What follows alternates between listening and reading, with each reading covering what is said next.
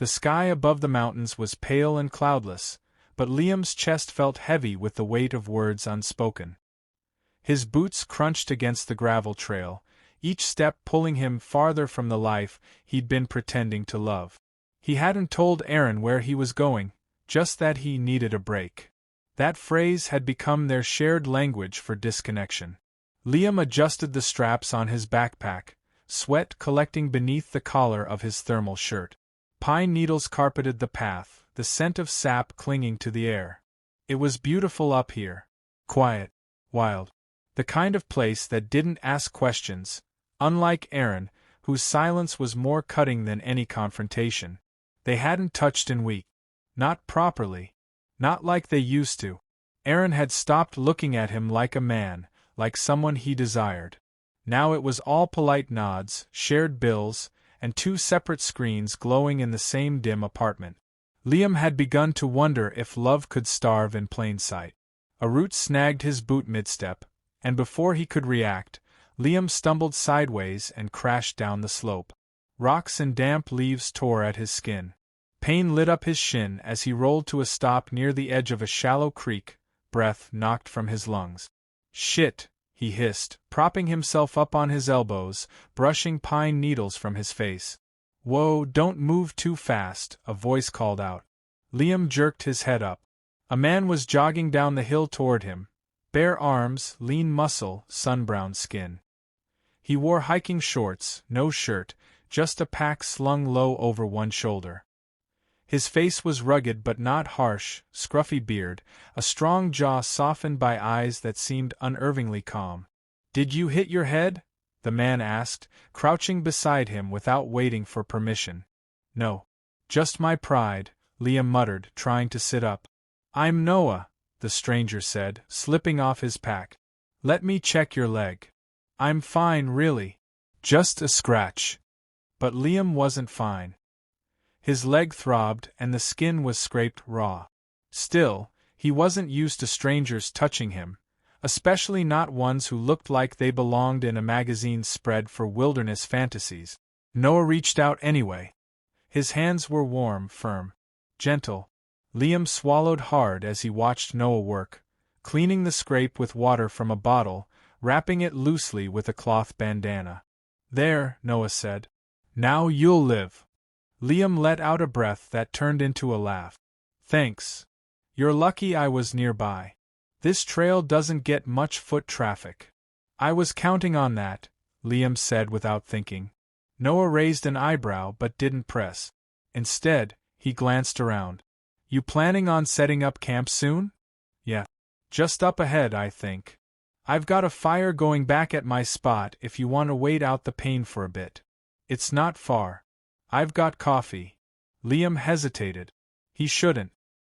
He should limp on, find his solo tent site, sit with his guilt in silence like he planned. But Noah's presence disrupted the static in his mind. He didn't feel numb around him, and that terrified him. "Okay," Liam said. "Coffee sounds good."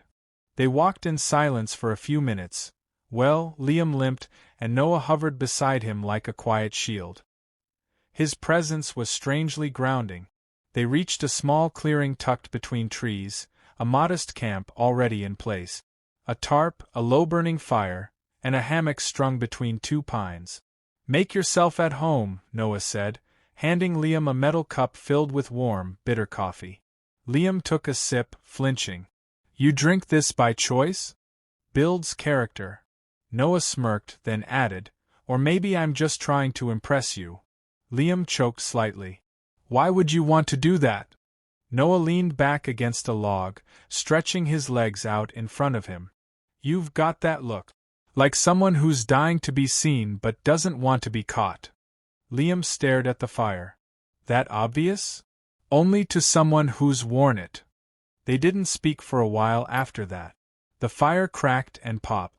Distant birds chirped as the wind combed through the trees. Eventually Liam asked, "You come up here a lot?" "When I need to remember who I am." Liam's gaze flicked toward Noah. "And who's that?" "Someone who stopped apologizing for what he wants." The words hit Liam like a strike to the ribs. He'd been apologizing for years, for being too emotional, too needy, too affectionate. Aaron never said it outright, but he made Liam feel like intimacy was a chore. Like he was too much. Liam shifted uncomfortably. I should probably get going. You sure? Noah asked, his voice low. No, Liam stood anyway. But I think I need to try. Noah didn't argue. He just nodded and watched him go. As Liam hobbled back toward the trail, the firelight fading behind him, his thoughts were louder than the wind. He had only known the man for an hour, yet somehow, Noah had touched something in him Aaron hadn't reached in years. He didn't know where this path was leading. But for the first time in a long time, Liam wasn't sure he wanted to go back the way he came. Liam didn't make it far before the ache in his leg turned sharp. Every step felt like a protest.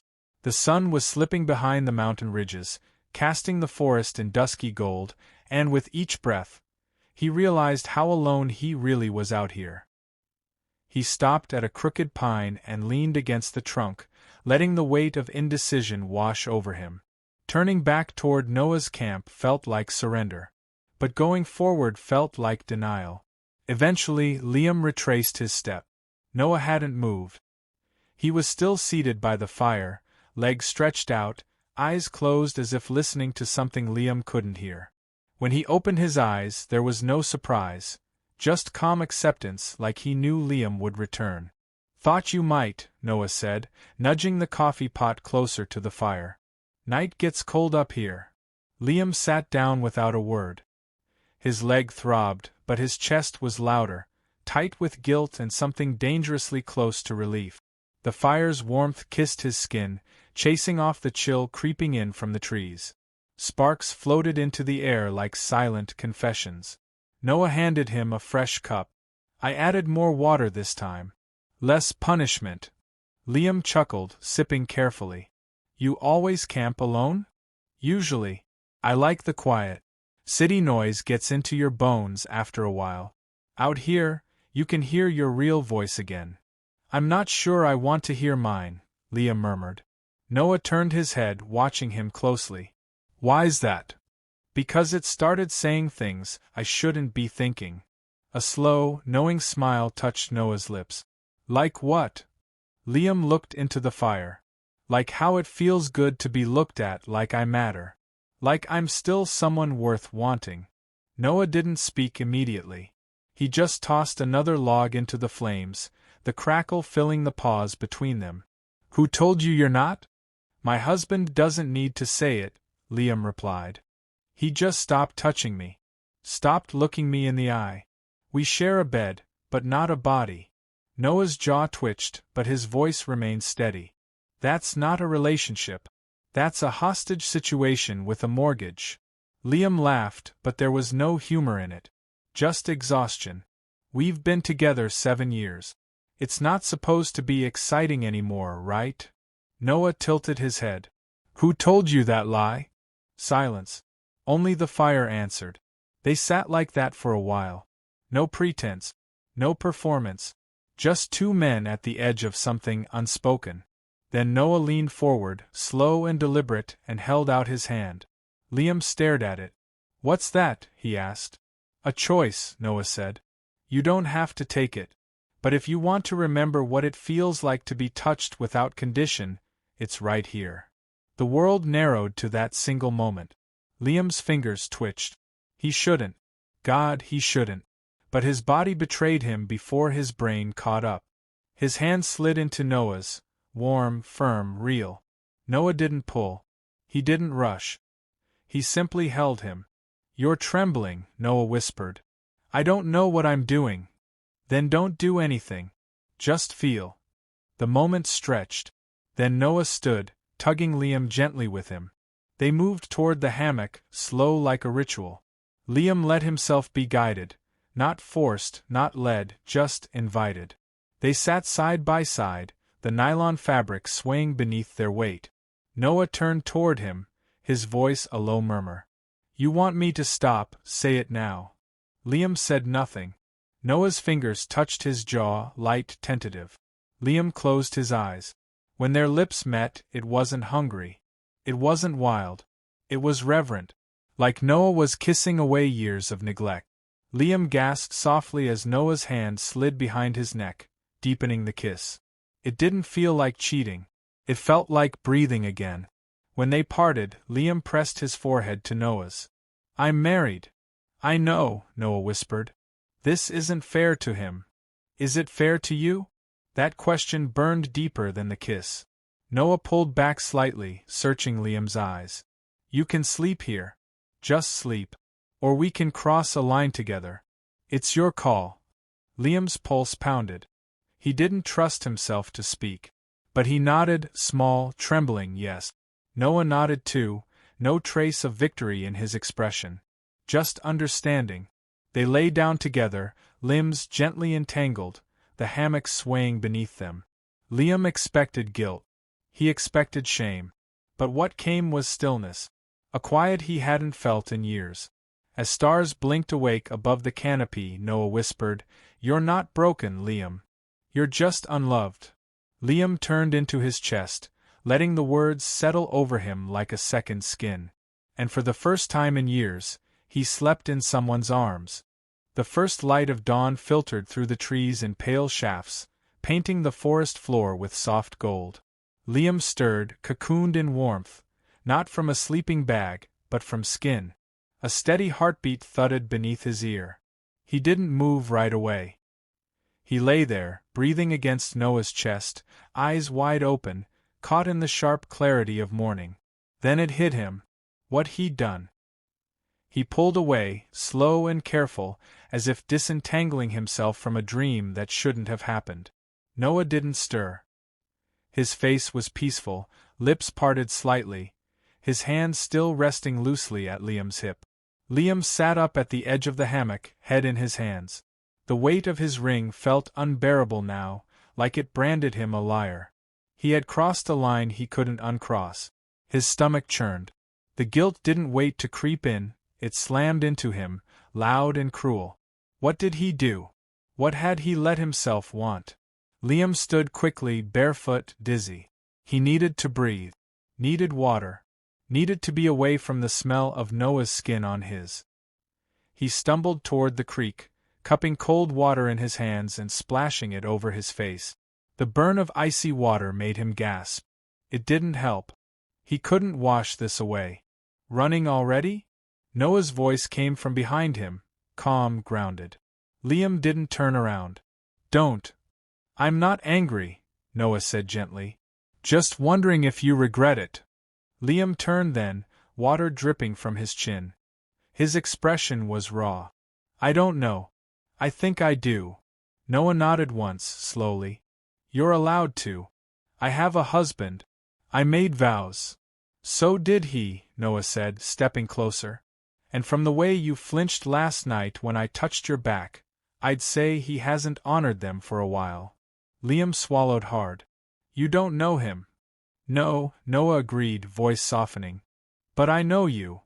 The words hit like a whisper and a scream at the same time. Liam looked away.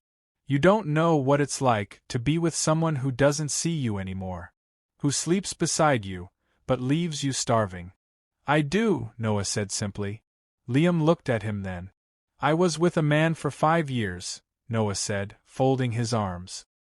"He loved the idea of me, what I looked like, how I made him feel in public. But he never asked what I needed. Never saw what I tried to hide. Eventually, I realized I was just a mirror. Not a person." "That's exactly how it feels," Liam whispered. They stood in silence, the creek murmuring beside them. "I'm not trying to be your rescue," Noah said, stepping closer. "Last night wasn't a trap. You chose it. And if you need to hate yourself for it, I'll let you. But don't pretend it didn't mean something." Liam looked up, his eyes glassy. "It meant too much." "Then what are you running from?" "My life," Liam said. "My marriage. My guilt. Myself." Noah nodded. "Then maybe it's time to stop running." They walked back to camp. Liam packed in silence, methodical, distant. The sky was clearing fast, the mountains bathed in blue light. It was the kind of morning that begged to be remembered. But all Liam could think of was how he'd shattered something inside him that couldn't be glued back the same way. Noah didn't stop him. He just stood, hands in his pockets, watching Liam secure the final buckle on his pack. "I won't ask you to stay," Noah said. "I'm not that kind of man." "I know. But I'll ask you this," he added, voice firmer now. "When you go back to your husband, and he looks at you like a stranger, are you going to keep pretending that's enough?" Liam looked up. "Noah, you don't have to answer now. Just promise me you won't lie to yourself again." Liam's throat tightened. "I don't know if I can promise anything. That's more honest than most men ever get." They stood, facing each other across a dying fire. Noah reached out, not to grab, not to beg, just to brush his fingertips against Liam's wrist. A touch that said goodbye without needing to. "I'm sorry," Liam whispered. "Don't be," Noah said. "I'm not." Liam turned and walked away. He didn't look back. But with each step into the forest, he carried a memory that would not let itself be buried. A man's hands on his body, not just taking, but seeing. A kiss that didn't feel like betrayal, but a revelation. It wasn't just sex. It was a mirror held up to everything he'd lost. And as the trail narrowed ahead, Liam realized the hardest part of all. He didn't miss Aaron. He missed being loved. Liam stood in the kitchen, staring blankly at the flickering blue flame under the kettle. The apartment felt sterile, everything in its place, untouched, unlived in. No scent of dinner. No music. Just silence. Aaron sat at the dining table with his laptop open, fingers tapping rhythmically. Not once had he looked up when Liam came through the door 2 hours ago. Not one question. Not even a, "How was it?" It didn't surprise him anymore. But it still hurt. "I brought groceries," Liam said quietly, breaking the silence. Aaron grunted in acknowledgement, eyes still on the screen. "I thought we could have dinner together." That got a glance. Quick, distracted. "I have a call at 7. Let's eat early." Liam swallowed hard. "We used to cook together." Aaron gave a small shrug. "We used to do a lot of things." The words stung, but they were true. Liam turned away, hands shaking slightly as he reached for a pot. The metal clanged louder than it should have. He tried to steady his breath. They ate in silence, sitting across from each other like polite co-workers. Aaron chewed mechanically, scrolled his phone between bites. Liam stared at his plate, untouched pasta going cold. Then, softly, "I need to tell you something." Aaron didn't look up. Liam spoke anyway. "I met someone. While I was hiking." That got his attention. Aaron's gaze lifted, icy and unreadable. "You met someone?" "I didn't plan to. I wasn't looking for it." "Looking for what exactly?" Aaron asked, his voice calm but razor-sharp beneath. Liam met his eyes. "For someone to see me." Silence. Then, "So you cheated." Liam flinched, but didn't look away. "Yes." Aaron set down his fork. "You've always been emotional. You always need more than I can give." Liam nodded slowly. "That's probably true. You're punishing me because I don't gush over you or touch you every 5 minutes?" "No," Liam said. "I'm punishing myself for staying in a relationship where I'm not wanted." Aaron's mouth tightened. "And this guy, what, he kissed your forehead and suddenly you're whole again?" "No," Liam said. "He reminded me I'm not invisible." Aaron scoffed. "And now what? You want to leave?" Liam didn't answer right away. Instead, he stood, walked to the counter, and removed his wedding ring. He held it in his palm for a long moment before setting it gently on the table between them. Aaron stared at it, unmoving. "I don't think you're a bad person, Aaron," Liam said. "But I think you stopped choosing me a long time ago. And I kept waiting for you to notice I was disappearing." Aaron blinked, slow and cold. "So what, you're going to chase after some guy in the woods?" "No," Liam said quietly. "I'm going to chase after myself." He left the table. Packed his duffel in silence. No shouts. No slamming doors. Just the quiet decision of a man who had finally stopped apologizing for needing to be loved. 3 days later, Liam stood again in the same clearing where it all began. The air was different now, thinner, colder, but the place hadn't changed. Only he had. The fire pit was empty. The hammock gone. No sign of Noah. He hadn't expected him to still be here. But that wasn't why he came. He walked down to the creek, sat on the same rock, and stared into the rushing water. In the reflection, he didn't see guilt or shame anymore. He saw a man who had finally stopped lying to himself. Noah had held up a mirror, and Liam had faced it. Fully. Nakedly. That took more courage than he ever thought he had. He dipped his hand into the water, let it swirl between his fingers. Then, a soft crunch behind him. Liam turned. Noah stood at the edge of the trees, a small canvas pack on his shoulder, a hesitant smile on his lips. "I wasn't sure if you'd come back," Noah said. "I wasn't sure either." They stared at each other for a long beat. "Are you here for me?" Noah asked, voice low. Liam stood slowly, facing him. "I'm here for me." A pause. Then Noah nodded, a flicker of pride in his eyes. "Good." Liam stepped closer. "But I'd like to see you again. If you'll let me." Noah smiled. "I'll let you do more than that." Liam laughed, light, free. The sound surprised even him. They stood close now. No tension. No hesitation. Just the start of something honest. Something that didn't need to be hidden. Not anymore.